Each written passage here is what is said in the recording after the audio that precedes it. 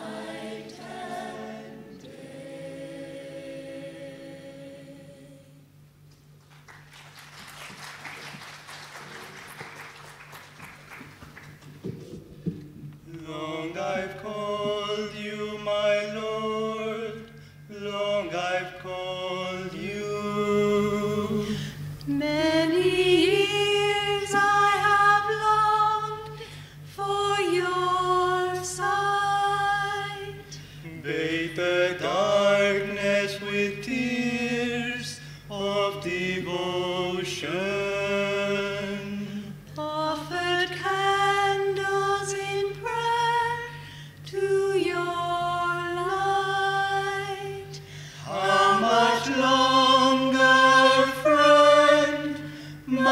I cry your name. I am yours, ever yours. Will you come? Long I've called you, my Lord. Long I've called you. Many years I have longed for your sight. Bathe the darkness with tears of devotion. Offered candles in prayer to your light. How much longer, friend, must I cry your name? I am yours, ever yours. Will you come?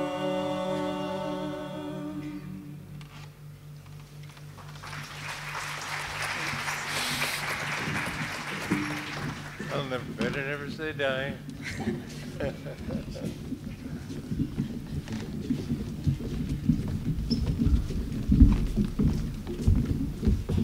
When I was a young disciple, I'd been with Master only a few months, and I fell into a great mood. And I thought, well, I tried to reason my way out of it. I said, this doesn't make sense. Reason follows feeling. I couldn't get out of it that way. And finally I said, well, boys, what do we want to do about it? Do we want to keep this way? And all my mental citizens said, no, let's get out of it. So I said, all right, let's sit down to meditate. So I meditated, put my mind very strongly here. 5 minutes was all it took. You know, our thoughts are not our own. We are on different levels of consciousness, but our brains are not creating, they are receiving.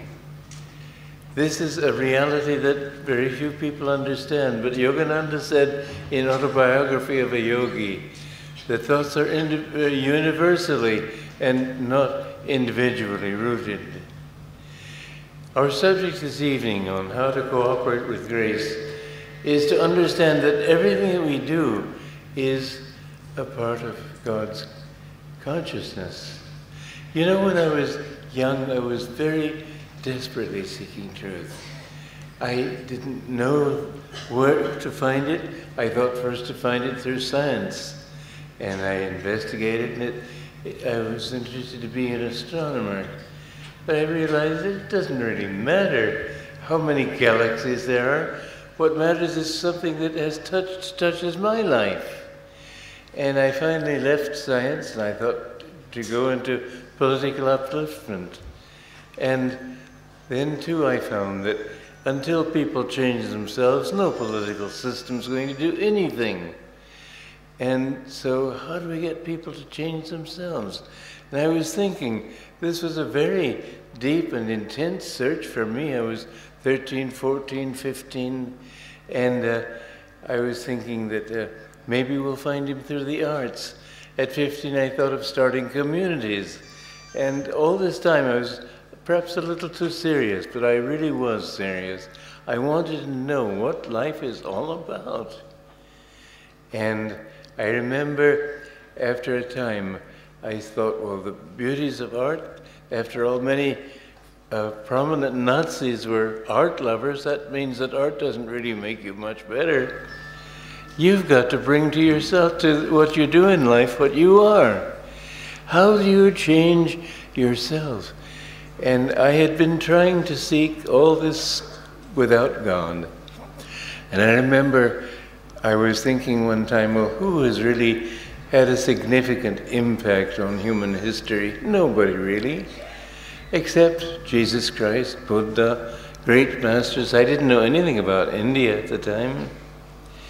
And I remember I went out into the darkness in Charleston, South Carolina, and I said, if there's a God, what must he be? And I was thinking since desperately, I just had to know.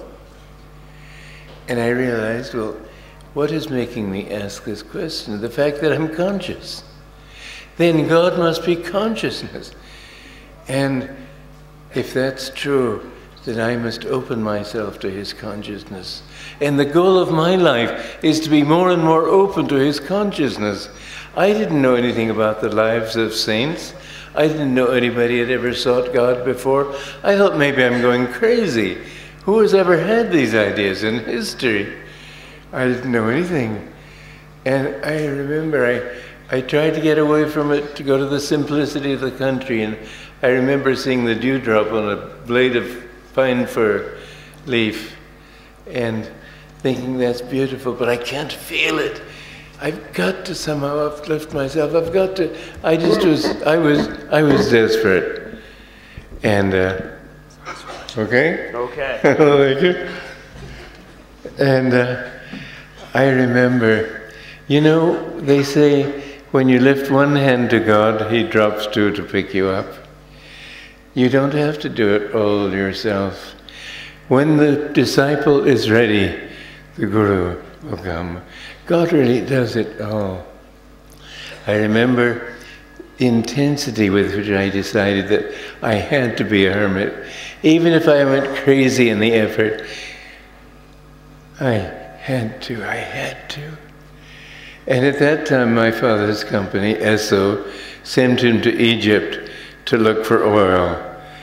And the day that I put my mother on the ship to go join him, I went up down New York, and I found Autobiography of a Yogi in a bookstore.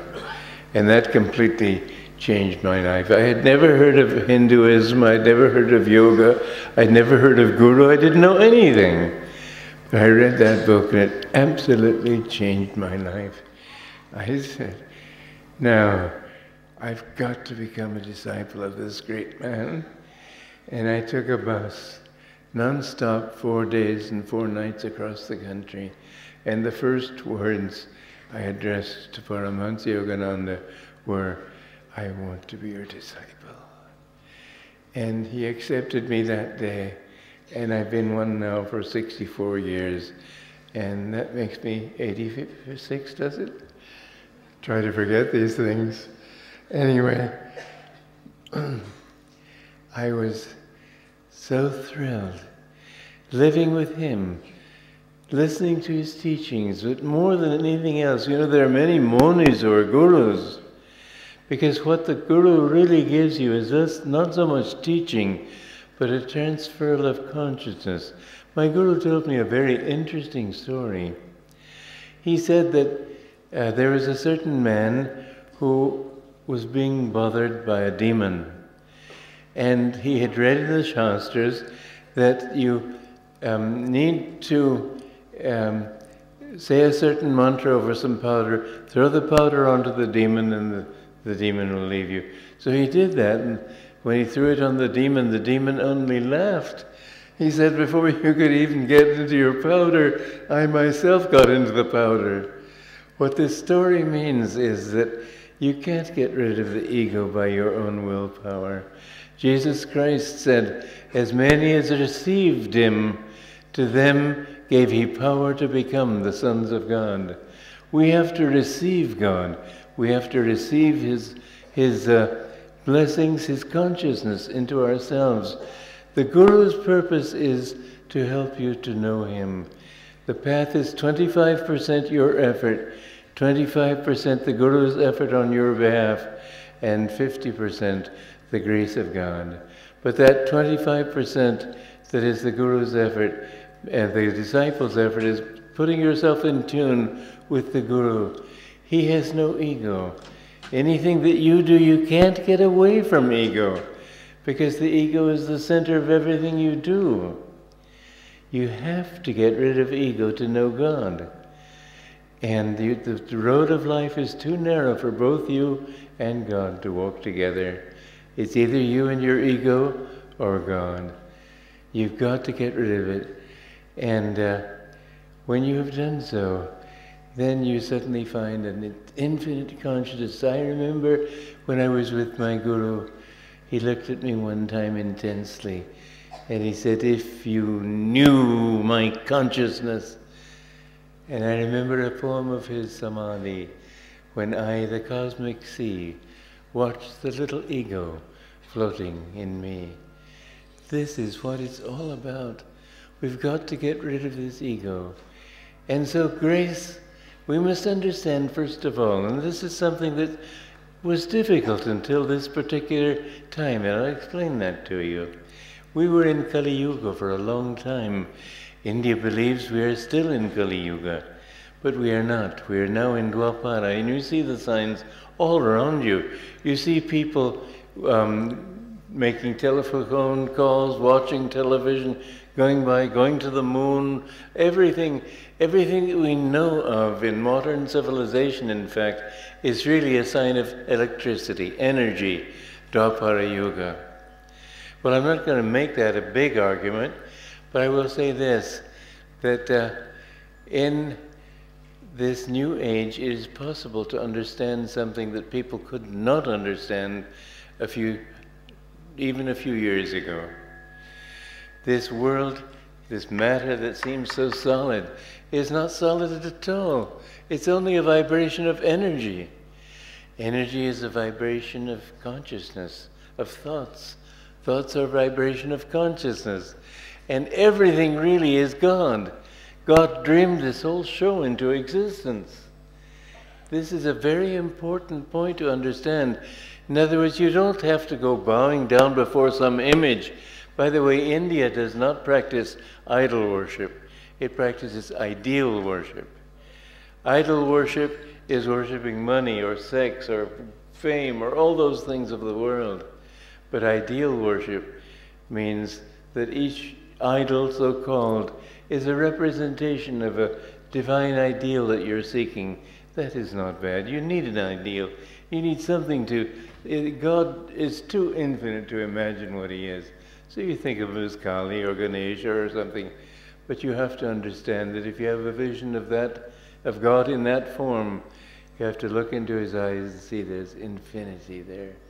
The God that you are looking for is not a separate little deity. He is the infinite, and he is you. You are a part of that consciousness. People 200 years ago could not have understood that. Now we can understand it rationally. It makes sense. This body doesn't exist.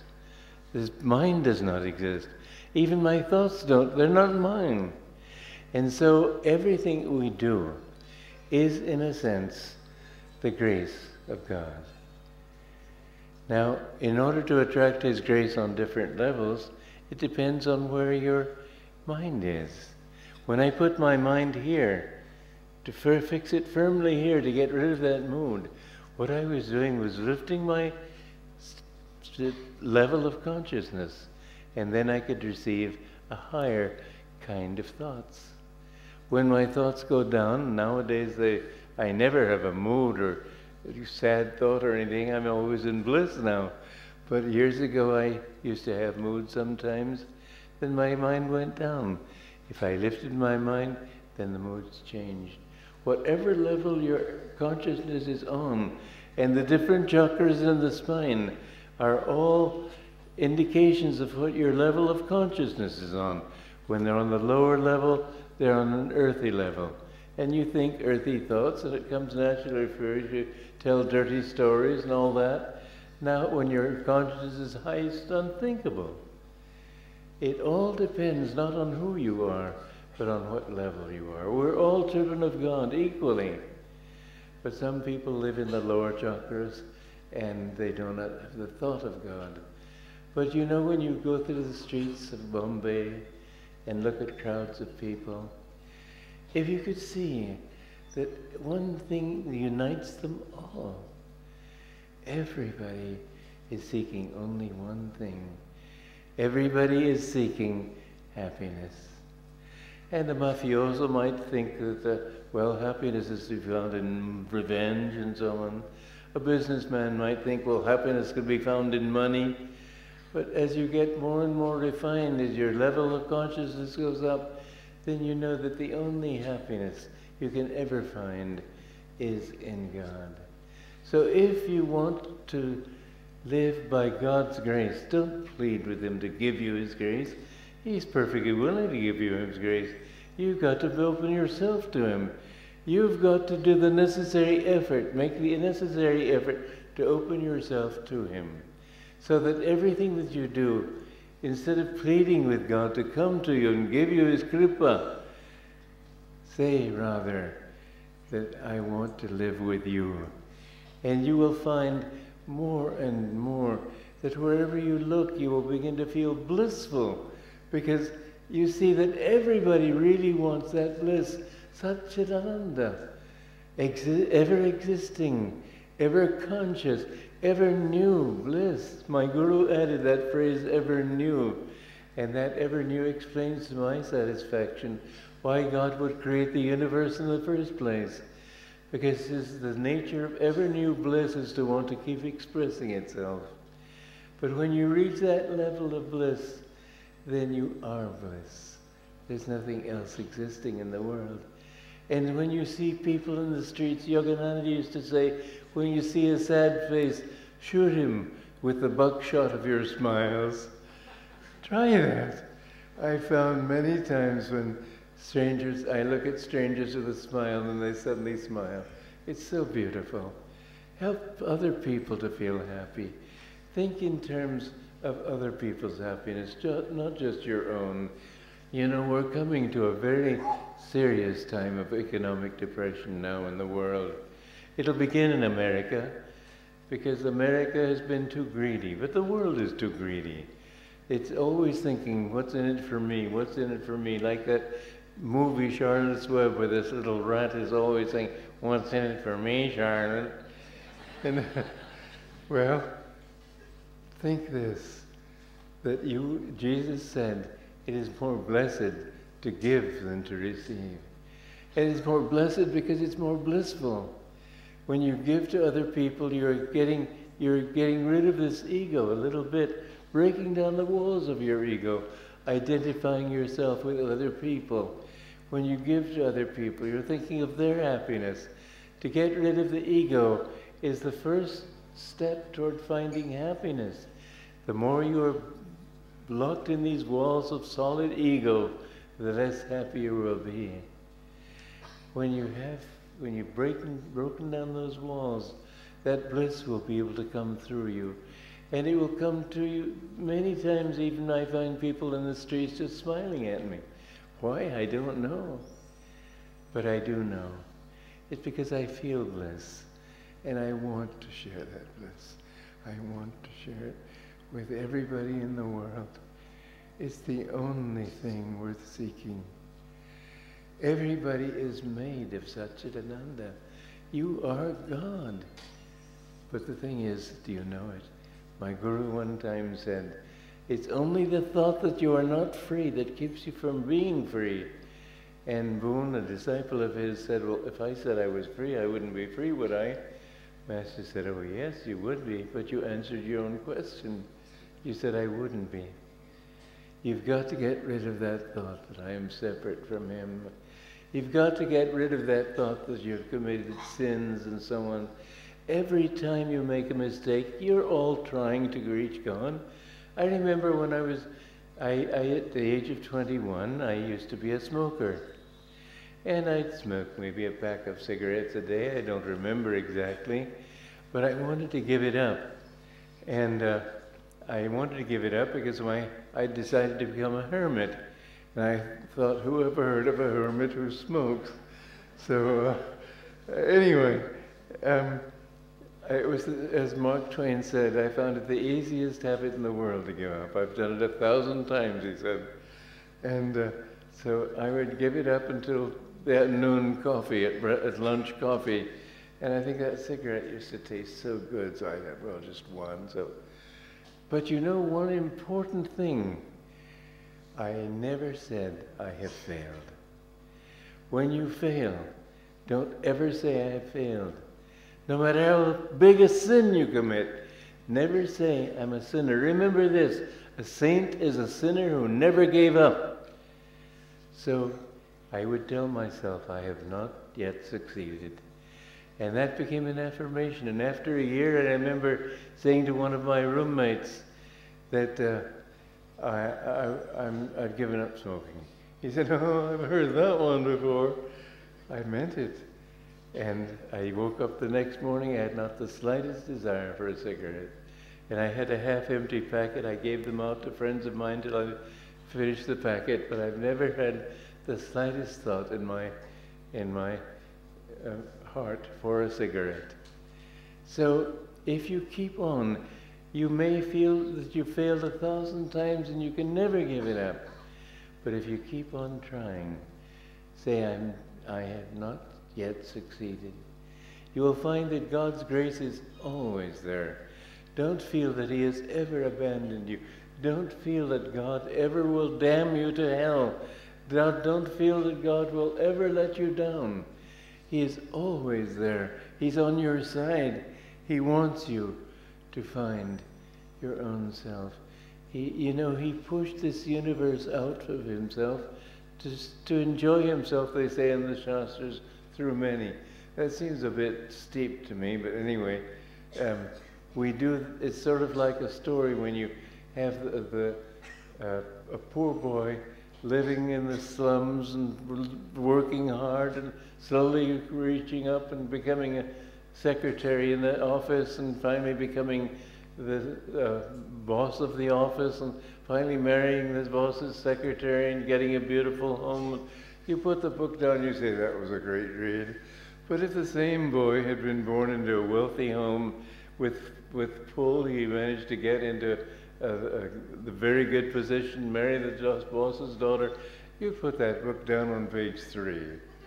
So all the trouble and struggles we go through in life, and it's been many millions of lives. Don't think I read in a book recently about this woman had 58 previous lives.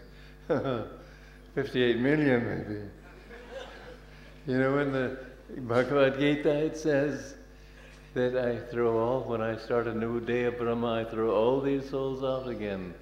And in the Rubayata Vomakayam, which is a deep scripture, although very few people know it, he had to pretend that he was writing a love poem, but it's a deep scripture, and my guru explained it. And he said this particular passage, he said, the many of those who enter into Maya at the beginning of a day of Brahma are still wandering at the end. It takes 5 to 12 million lives, 8 to 12, I think, to reach the human level. And then a human being has free will, and he can go any way he wants. And so if this girl doesn't do it, that girl will do it. Well, there are a billion girls. And this boy doesn't do it, that boy, a billion boys. And money and position and work and all that. There's so many ways of erring that in this world you can make so many mistakes it can keep you going forever. And I remember somebody said to my guru, I don't think I have very good karma, sir. He said, remember this, it takes very, very, very good karma even to want to know God. Yes, if you have that desire, and you must have that desire, you wouldn't be here this evening. Then take it seriously, because it takes very good karma even to be a human being. It takes long work even to reach this level. Once you've reached this good karma, don't blow it, don't blow it. Realize that you have just a few lives, a few years left to go in this body. Will you remember in your next? Well, it depends. You can fall from this human stage. Oh yes, you can be an animal again. You can be an ant again. You can even fall so far as a germ. And if you fall that far, think of the pain inside that you must suffer as you have to come up from that low level. It's very good karma to be a human being.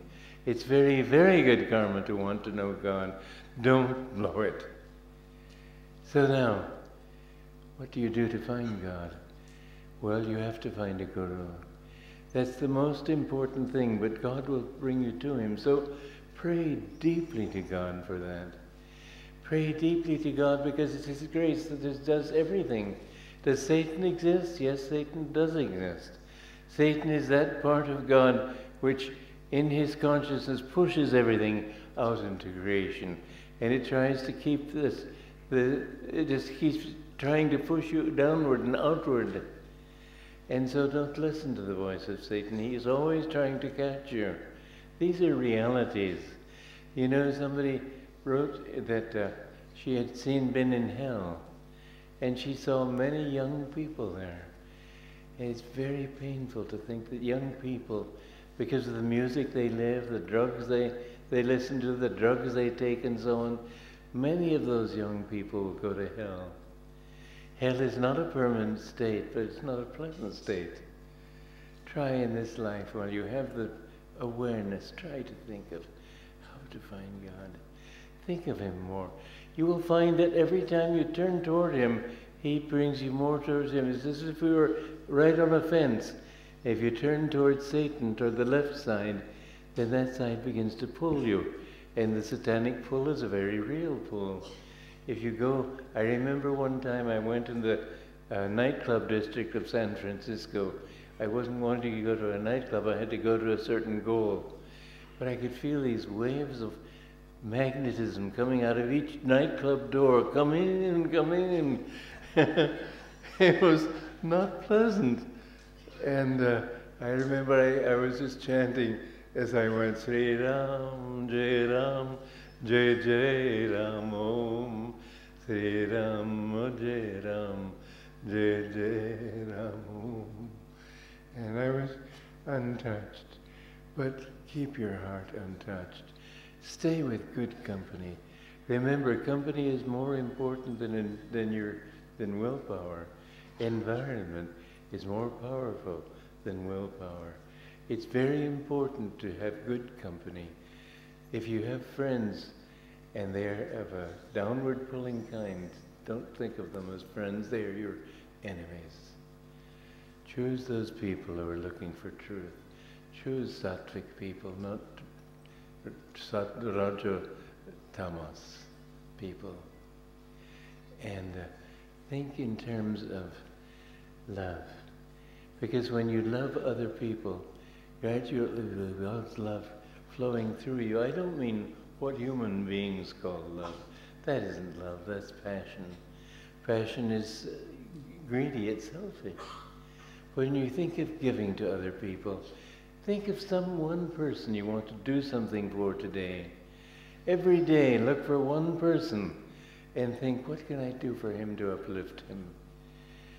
Think in terms of what you can do to bring a little life into people's. You know, you look at so many faces in the world, they're just dead faces. Jesus Christ said, let the dead bury their dead. He didn't mean dead people will jump out of the graves to bury other people. He meant that most people are dead. There's no life in them. Don't be like that. Think in terms of your relationship with God. The closer, the more open you are to Him, the more you will feel His grace pouring into you and uplifting you.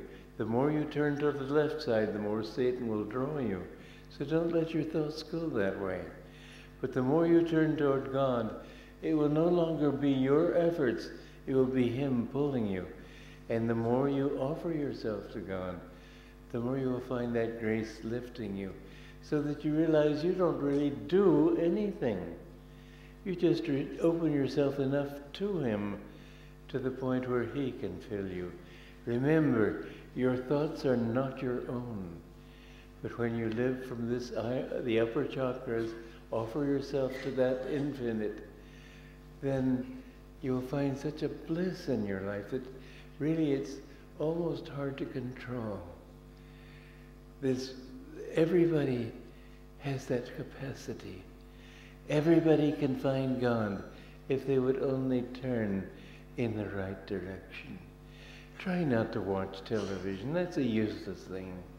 Try not to listen to heavy beat music. That emphasizes the ego.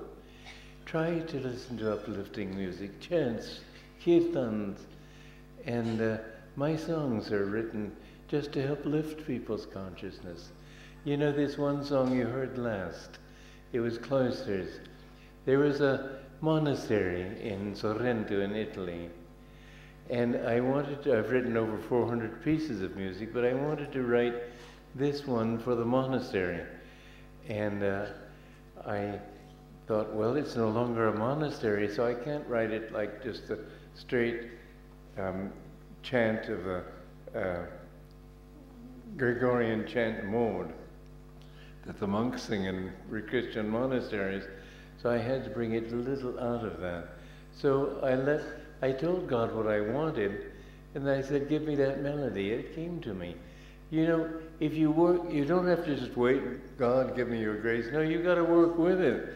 So in this case, I said, well, I will work with you, and give me the melody. So I thought, long I've called you, my Lord, long I've called you.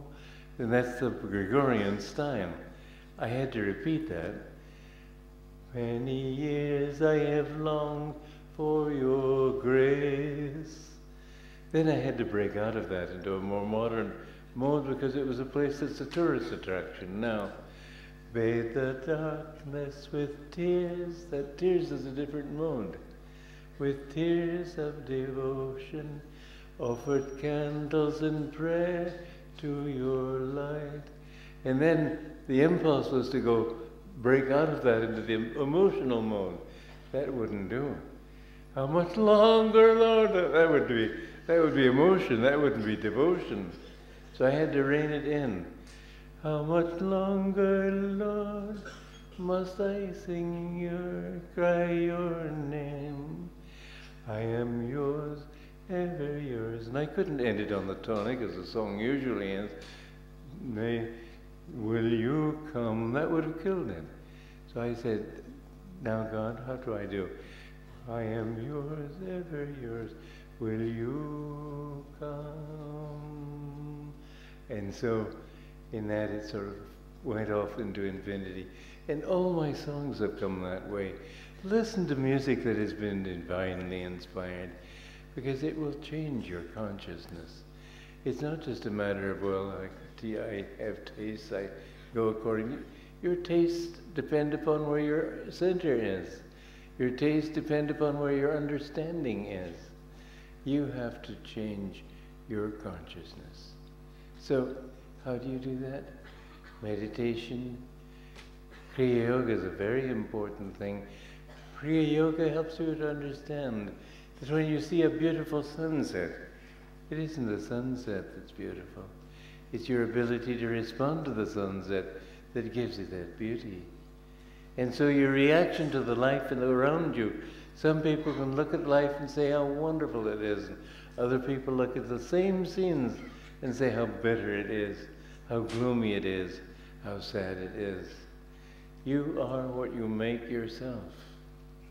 The more you offer your life up to God, the more He will inspire you and give you the strength to seek Him. So I want to close this talk by singing a song.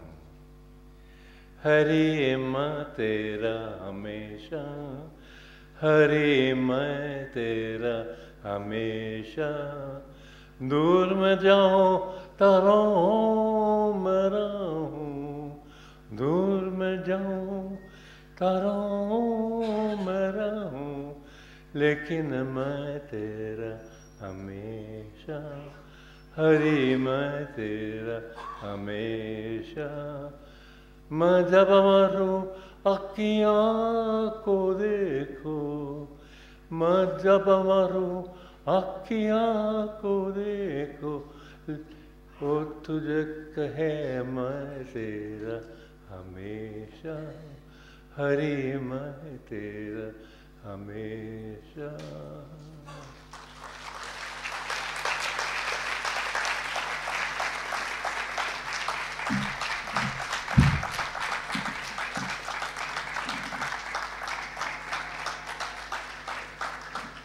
I'm going to ask you to keep standing because you'll have to sing a song with us. We'll sing.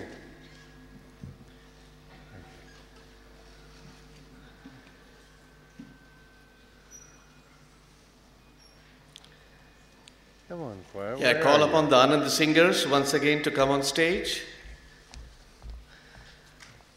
Okay. Oh yeah, let me tell you a few things while I'm thinking it. And besides, I have Giacomo to say a few words. First, I want to say that I have written a book called Demystifying Patanjali. Mike. Patanjali, if you read most translations, all translations that I know, you don't know where they're coming from. What do they mean when they say conditioned things, thoughts? What do they mean? And so this book demystifies them. I sat with my guru and I learned these teachings from him, and I was able in 3 weeks to write what I consider a very important contribution to the literature of yoga. I've also written lessons in self-realization, which you can take in your home every week for a year. And I would like to invite you to the land up at our community near Pune. It'll be next week. We have a special retreat. Do please come if you can. And finally, Giacomo, I would like you to come and talk about the movie.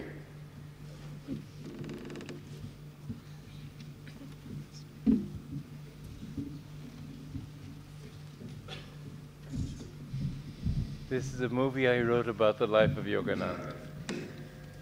Good evening. It's not easy to add words after a beautiful word of Swami.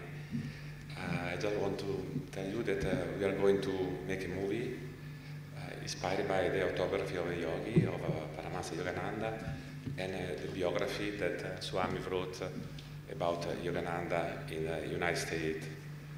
And it's a blessing for me to work on this project. I feel that it's the project of my life. I made already around 15 movies, 6 about spiritual person, but this is my guru. And I'm very happy to give back something to your country, to India, that gave so much to all the world. And it's beautiful to speak about maybe the highest present that India makes to the world, that is deep spirituality. So thank you. Thank you, Swami.